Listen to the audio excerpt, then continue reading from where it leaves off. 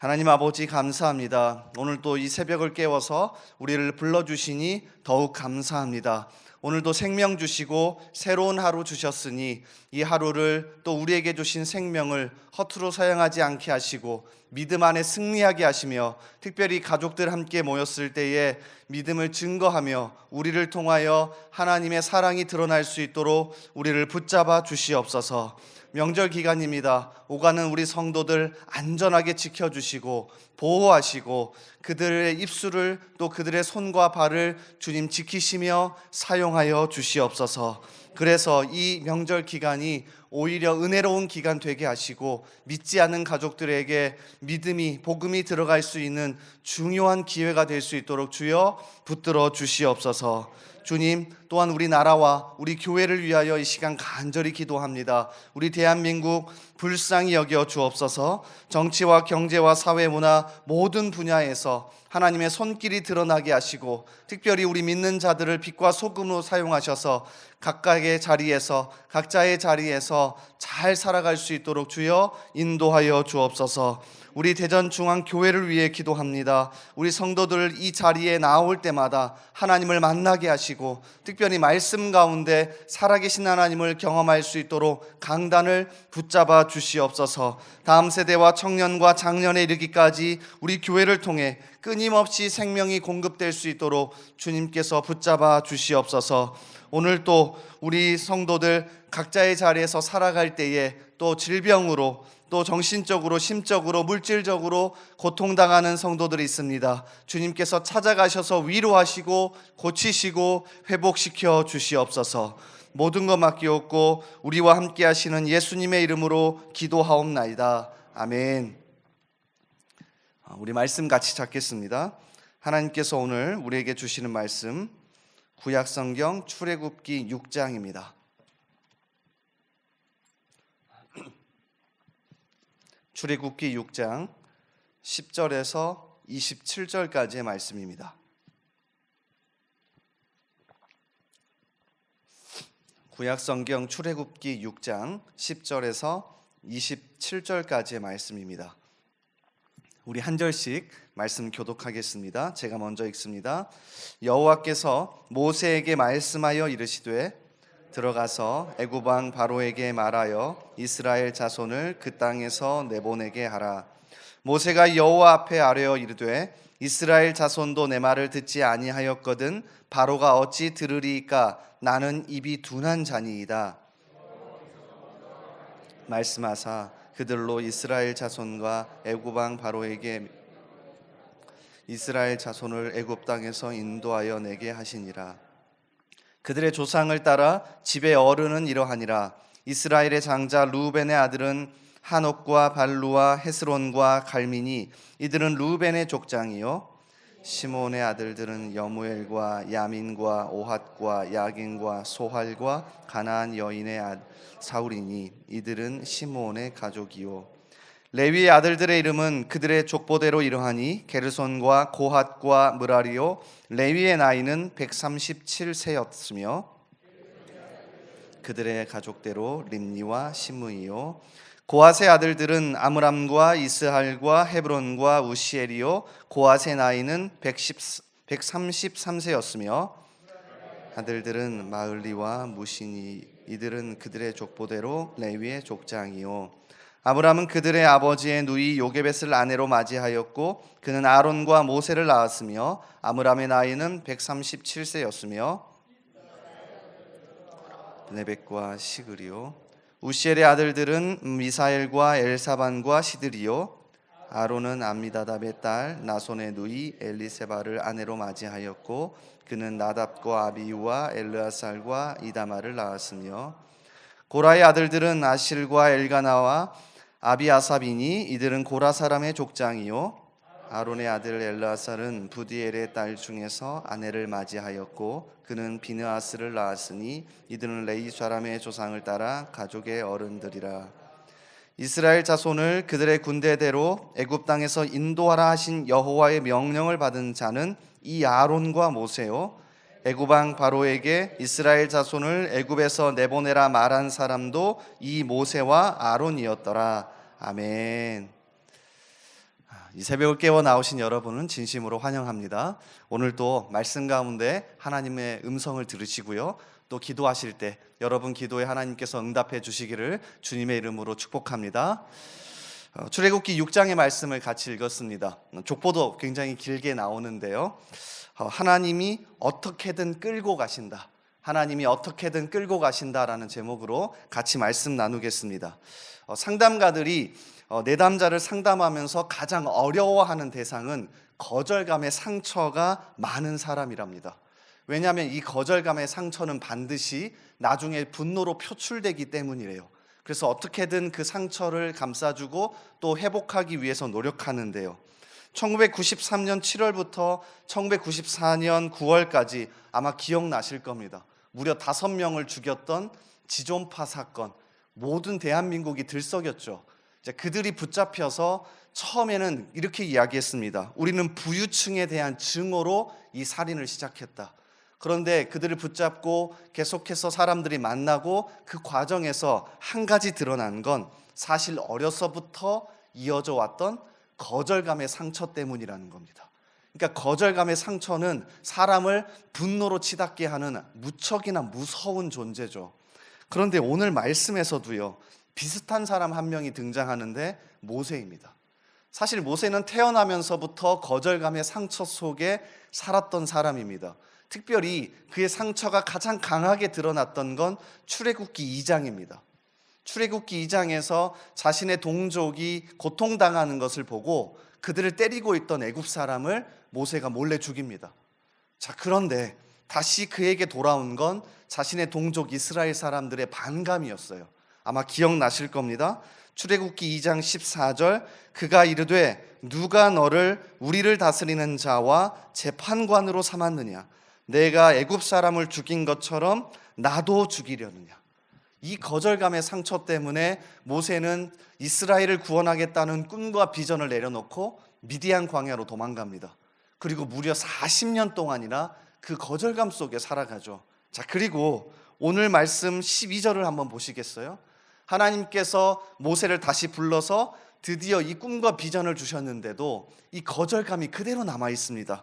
한번 12절을 보십시오. 모세가 여호와 앞에 아뢰어 이르되 이스라엘 자손도 내 말을 듣지 아니하였거든 바로가 어찌 들으리까? 나는 입이 둔한 자니이다.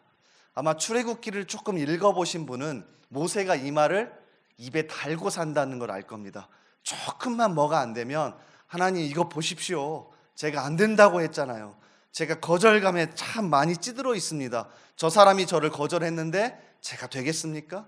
그러니까 바로 앞에 나아가라고 하는 하나님의 명령에 이스라엘도 내 말을 듣지 않는데 바로가 제 말을 듣겠습니까? 이 거절감에 찌들어 있는 모세 앞에 하나님이 정확하게 오늘 2가지의 처방전을 사용하십니다. 그래서 오늘 하나씩 살펴보면서 우리 역시 인생을 살아가면서 이 상처와 또 좌절과 낭망 속에 있을 때, 또 다른 사람의 말 한마디에 무너질 때, 또 다른 사람의 시선 앞에 무너질 때에 오늘 말씀을 생각하면서 다시 일어설 수 있었으면 좋겠습니다. 그래서 이 한 가지씩 살펴보면서 우리 인생에 있어서 큰 힘이 되기를 주님의 이름으로 소원합니다. 하나님이 사용하신 첫 번째, 이 거절감에 찌들어 있는 모세를 향한 첫 번째 방법은요, 굉장히 독특한데요, 그래도 한 걸음 내딛게 하십니다. 그러니까 이게 하나님의 방법입니다. 하나님은 숨거나 도망가게 하지 않으십니다. 어떻게든 한 걸음 내딛게 하십니다.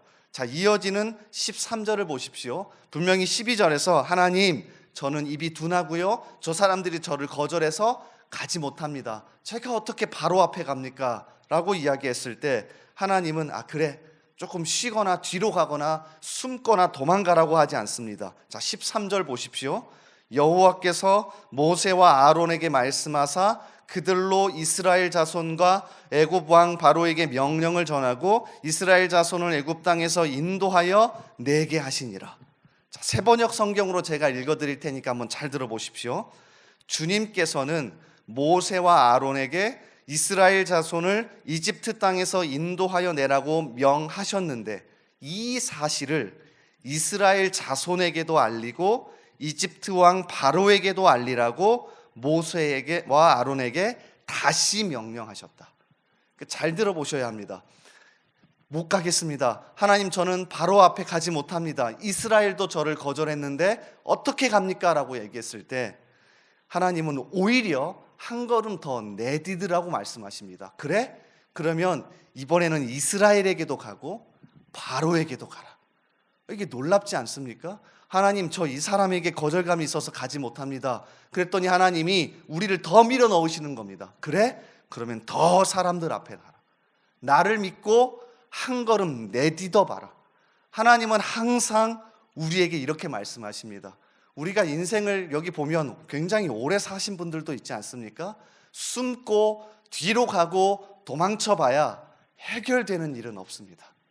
우리 어차피 정답은 압니다. 모세도 압니다. 자기가 뒤로 가고 숨어봤자 40년 동안 미디안에서 숨어 살아서 어떤 상태가 되는지 뻔히 압니다. 그래서 하나님은 우리를 향하여서 끊임없이 이럴 때마다 말씀하십니다. 나를 믿고 어떻게 해요? 한 걸음 내디뎌 봐라. 하나님, 저 사람 때문에 너무 두려운데요? 그럼 하나님 말씀하실 겁니다. 나를 믿고 저 사람에게 한번 가봐라. 우리 뻔히 압니다. 백척간두 진일보. 김기석이라고 하는 청파교회를 담임했던 작년인가 올해 초에 은퇴하셨더라고요. 이분을 제가 무척 좋아해서 이분의 책을 자주 읽는데 이분이 이 출애굽기와 관련된 책에서 주제 하나를 이 단어로 내걸더라고요. 백척간두 진일보. 하나님은 모세가 숨으려 하고 모세가 뒤로 도망치려고 할 때마다 이 단어를 말씀하신대요. 백척간두 진일보. 나를 믿고 하나님을 믿고 한 걸음 내디뎌 봐라. 여러분, 그래야 무엇인가 생기는 것 아닙니까? 그래서 우리가 인생을 살아갈 때마다 숨고 싶고 도망치고 싶고 이제 다 내려놓고 싶다라고 할 때마다 이 말씀을 기억하셨으면 좋겠습니다. 하나님이 모세를 향해 말씀하셨던 것처럼 우리를 향해도 말씀하시길 원합니다. 어떻게 해요? 나를 믿고 한 걸음 내디뎌 봐라. 그래서 우리의 인생에 어려움이 있을 때마다 버티고 인내하고 한 걸음 내디뎌 보고 하나님을 믿고 다시금 일어서는 저와 여러분 되기를 주님의 이름으로 소원합니다. 자, 그런가 하면 두 번째, 하나님이 사용하신 두 번째 방법은 하나님이 나를 선택하셨다는 은혜를 깨닫게 하시는 겁니다. 이게 무척 독특합니다. 하나님이 모세와 특별히 아론을 향하여서 뒤로 숨고 내려놓고 싶을 때 바로 이 은혜를 깨닫게 하십니다. 내가 너를 창세전부터 선택했다. 자, 그래서 오늘 말씀에서는 갑자기 족보가 등장합니다. 자, 그리고 이 족보도 완벽한 족보가 아니라 이 레위 지파였지 않습니까? 모세와 아론이. 그래서 첫째, 둘째, 셋째까지만 나옵니다. 그러니까 첫째인 르우벤, 둘째인 시므온, 그리고 셋째였던 레위, 그 아래에 있던 모세와 아론의 이야기만 나와요. 그래서 이 족보가 갑자기 중간에 길게 나옵니다. 제가 주석과 여러 책들을 찾아보니까 학자들이 이걸 설명하려고 별의별 이야기들을 많이 하더라고요. 왜 갑자기 모세와 아론의 이야기에서 족보가 나오는지, 어떤 학자들은 갑자기 문서를 집어넣었다, 어떤 학자들은 르우벤과 시므온, 레위 원래 별 볼 일 없는 아들들인데 갑자기 여기에 집어넣어서 모세와 아론을 돋보이게 한다, 별의별 얘기를 많이 하더라고요. 그런데 가만히 이 말씀을 묵상해 보면 무척이나 간단합니다. 모세와 아론이 모든 걸 다 내려놓고 있을 때 하나님이 갑자기 이 많은 사람들의 이 이름들을 들려주면서 모세와 아론에게 이야기하는 겁니다. 많은 사람이 있었고 너희에게 오기까지 수많은 조상들이 있었고 수많은 사람들이 있었는데 지금 현재 선택해서 나의 일을 함께 하는 건 모세와 아론 너희 둘이다.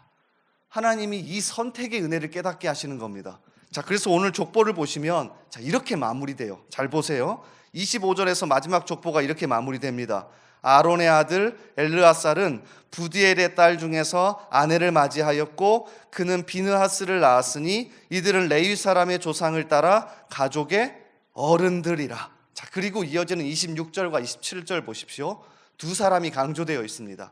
이스라엘 자손을 그들의 군대대로 애굽 땅에서 인도하라 하신 여호와의 명령을 받은 자는 이 아론과 모세요.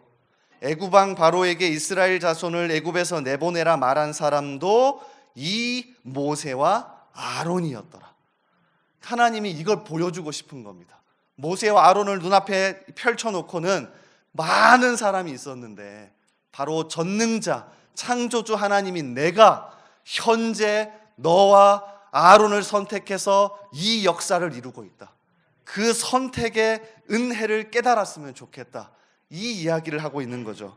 우리가 서 있는 이곳, 하나님께서 수많은 사람 중에서 나를 선택해서 지금 일하고 있다. 그러니까 이 마음으로 여러분이 서셔야 하는 것 아닙니까? 여러분이 속해 있는 가정, 수많은 사람 중에서 하나님이 선택해서 그 가정에 보내신 것 아닙니까? 수많은 교회가 있는데 하나님이 우리를 선택해서 이 교회에 보내신 것 아닙니까? 그러니까 하나님이 모세와 아론에게 지금 이걸 깨닫게 하시는 겁니다. 최근에 에베소서 말씀을 조금 묵상하고 있는데요. 에베소서는 바울이 로마 감옥에서 쓴 편지입니다. 절대로 기뻐하거나 절대로 찬송하는, 찬양하는 어조로 기록하기가 어려워요. 그런데 제일 앞에 보면 가장 먼저 찬송으로 시작합니다. 자, 제가 읽어드릴게요. 에베소서 1장 3절 찬송하리로다. 하나님 곧 우리 주 예수 그리스도의 아버지께서 우리 그리스도 안에서 하늘에 속한 모든 신령한 복을 우리에게 주시되. 자, 이렇게 시작합니다. 성도들에게 감옥 안에 갇혀 있는데 저는 복이 많습니다. 하늘의 모든 신령한 복을 그리스도 안에서 주셨습니다. 찬송합니다. 자, 이렇게 시작해요. 자, 그 다음에 그 이유를 4절에서 밝힙니다. 곧 창세 전에 그리스도 안에서 우리를 택하사. 그러니까 바울이 감옥 안에서도 기뻐하며 찬송하는 어조로 편지를 보낼 수 있었던 건 그 안에서도 깨달았던 겁니다. 선택하심의 은혜. 야, 내가 누구인 간에 하나님이 감옥까지, 로마까지 보내서 복음을 전하게 하시는구나. 나를 구원하셨구나. 이 은혜를 깨닫자 찬송이 터져 나왔던 거죠. 아마 이번 명절을 보내시면서 또 우리가 살아가면서 어쩌면 좌절하거나 낙담하거나 하나님 저는 왜 여기 있습니까? 라고 하시는 분도 있을 수 있습니다. 그때마다 이 은혜가 깨달아지기를 원합니다. 하나님이 창세전부터 나를 선택해서 이 자리에 앉혀주셨다. 그래서 그 은혜로 우리가 좌절하고 낙담할 때마다 일어설 수 있기를 주님의 이름으로 간절히 소원하고 축복합니다. 이 시간 말씀 붙들고 먼저 기도하며 하나님 앞에 나아갑시다. 하나님, 우리에게 말씀의 은혜 주시고 또 좌절하고 낙담하고 어려울 때마다 오늘 모세가 겪었던 것처럼 다른 사람의 말 한마디 때문에 넘어지고 다른 사람의 행동 하나 때문에 좌절하고 넘어질 때마다 거절감의 상처 속에서 허덕일 때마다 하나님 오늘 말씀을 기억하면서 하나님 우리를 일으켜 세워 주시옵소서. 우리 가운데 함께하여 주옵소서. 라는 제목으로 우리 말씀 붙들고 함께 기도하며 나아갑시다. 또한 우리 교회와 우리 나라를 품고 기도합시다. 하나님, 우리나라 불쌍히 여겨 주옵소서. 우리 대한민국 국민들이 서로 더욱 하나가 되게 하시고 특별히 정치와 경제와 사회, 문화 모든 분야에서 성경적 가치관이 드러날 수 있도록 우리 믿는 그리스도인들을 각자의 자리에서 정직하게 성실하게 사용하여 주시옵소서. 우리 교회에 불쌍히 여기셔서 우리 교회의 성도들 나올 때마다 하나님을 만나게 하시고 특별히 이 명절 기간에 우리 성도들 지켜주셔서 믿음 잃어버리지 않게 하시고 오히려 이 믿음을 다른 가족들에게 전할 수 있는 그런 기간이 될 수 있게 해달라고 우리 교회와 또 우리 나라와 우리 말씀 붙들고 이 시간 함께 기도하며 나아가겠습니다. 우리 주여 한번 외치고 기도합니다. 주여. 아버지 하나님, 이 시간 간절히 기도하며 나아가오니 하나님 먼저 말씀 붙들고 기도하오니 우리를 불쌍히 여기셔서 이 시간 마음을 열고 이 시간 우리의 생각과 영혼 모든 것을 열어 하나님 변화시켜 주시옵소서. 말씀이 들어가 이 말씀이 우리의 영혼을 붙잡게 하시고 말씀이 우리 삶의 기준이 되게 하시고 말씀이 우리 발을 붙잡는 우리의 길을 인도하는 모든 것이 될 수 있도록 주여 도와주시옵소서. 특별히 하나님 오늘 말씀처럼 하나님은 어떻게든 우리를 한 걸음 내딛게 하십니다. 하나님을 믿고 한번 나아가 보라고 하십니다. 숨고 도망가고 못합니다 라고 저 구석으로 가버리는 우리의 습성, 주여 우리를 불쌍히 여겨 주옵소서. 하나님 힘들 때마다 손에서 놔버리고 못합니다, 하나님 저는 숨어버리겠습니다, 저는 도망갑니다, 할 수 없습니다 라고 할 때마다 주여 우리 마음 가운데 주여 믿음을 더하셔서 한 걸음 내딛기를 원합니다. 한 걸음 내딛기를 원합니다. 어떻게든 나아가기를 원합니다. 어떻게든 하나님 앞에 나아갈 수 있기를 원합니다. 주여 우리를 불쌍히 여겨 주옵소서. 오늘 말씀 붙들고 담대하게 나아갈 수 있는 우리들 되게 하여 주옵소서. 백척, 간두, 진일보 하나님 그렇게 나아가는 우리가 되게 하여 주옵소서. 그럴 때 우리의 믿음도 성장하고 하나님이 살아계심을 더 경험할 수 있도록 주여 역사하여 주옵소서. 하나님 또한 우리를 선택하셨다는 은혜, 우리를 이 가정에, 이 교회에, 우리 직장에, 우리의 삶의 터전에, 이 나라에 보내셨다는, 선택하셨다는 하나님 그 은혜를 깨달아서 우리가 살아갈 수 있기를 원합니다. 하나님 얼마나 어렵습니까? 왜 하필이면 나를 이 가정에 보내서, 왜 하필이면 나를 이 교회에 보내서, 왜 하필이면 나를 이 목장에 보내서, 왜 하필이면 나를 이곳에 보내서 하나님 괴롭게 하냐고 말할 수 있는데, 하나님은 선택하심의 은혜 아닙니까? 나를 먼저 구원하셔서, 창세전부터 구원하셔서 계획하시고 이 자리에 보내셔서 우리 가운데 있게 하신 그 은혜, 하나님 그 은혜를 우리가 매일같이 경험할 수 있도록, 매일같이 깨달을 수 있도록 하나님 역사하시고 하나님 함께하여 주옵소서. 하나님 그래서 이 명절의 기간 동안에 오히려 이러한 사실을 깊이 깨달아 가족들을 만나며 또 주변 사람들을 만나며 이 은혜 때문에 찬양하고 이 은혜 때문에 그들에게 기쁘게 복음을 전할 수 있는 우리가 될 수 있도록 주여 함께 하시고 주여 도와주시옵소서. 주여 인도하여 주옵소서. 주님 특별히 한 사람 한 사람을 위해 기도합니다. 우리 성도들 오가는 발걸음 지켜주시고 명절 기간에 멀리 가는 성도도 있습니다. 운전대를 붙잡아 주옵소서. 다치거나 아프지 않도록 사고 없도록 하나님께서 직접 운전하여 주옵소서. 보호하여 주옵소서. 하나님 마음 상하지 않게 하시고 오히려 이 기회가 가족들에게 예수 믿는 사람이 어떤지, 예수 믿는 사람이 어떻게 살아가는지, 어떻게 말을 하고 어떻게 행동하는지 주여 보여주며 선한 영향력을 끼칠 수 있도록 도와주시옵소서. 그래서 하나님 이 기간이 끝나고 나면 오히려 그들이 우리를 향하여서 정말 다르구나, 예수 믿는 사람은 다르구나 말하며 다시 한번 복음의 문이 열릴 수 있도록, 복음의 문이 열릴 수 있도록 하나님께서 역사하시고 하나님 함께하여 주옵소서. 하나님 붙잡시고 도와주시옵소서. 인도하여 주시옵소서. 함께하여 주옵소서.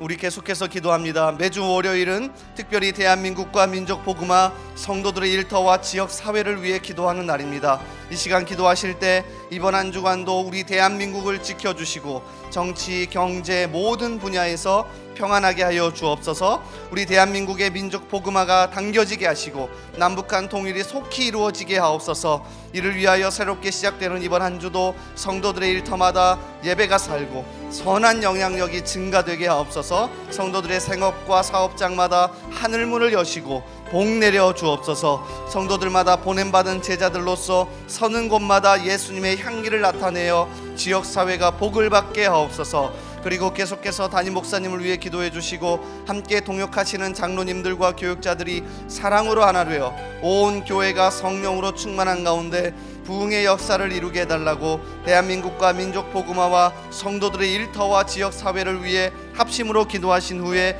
자유롭게 기도하시면 되겠습니다. 이 시간 기도하실 때 먼저 저를 따라해 주시기 바랍니다. 주여 문을 열어 주옵소서. 주여 문을 열어 주옵소서. 주여 문을 열어 주옵소서. 우리 주여 한번 다시 외치고 기도합니다. 주여. 아버지 하나님, 이 시간 우리 성도들의 삶을 지켜주옵소서. 특별히 이번 한 주간도 하나님께 온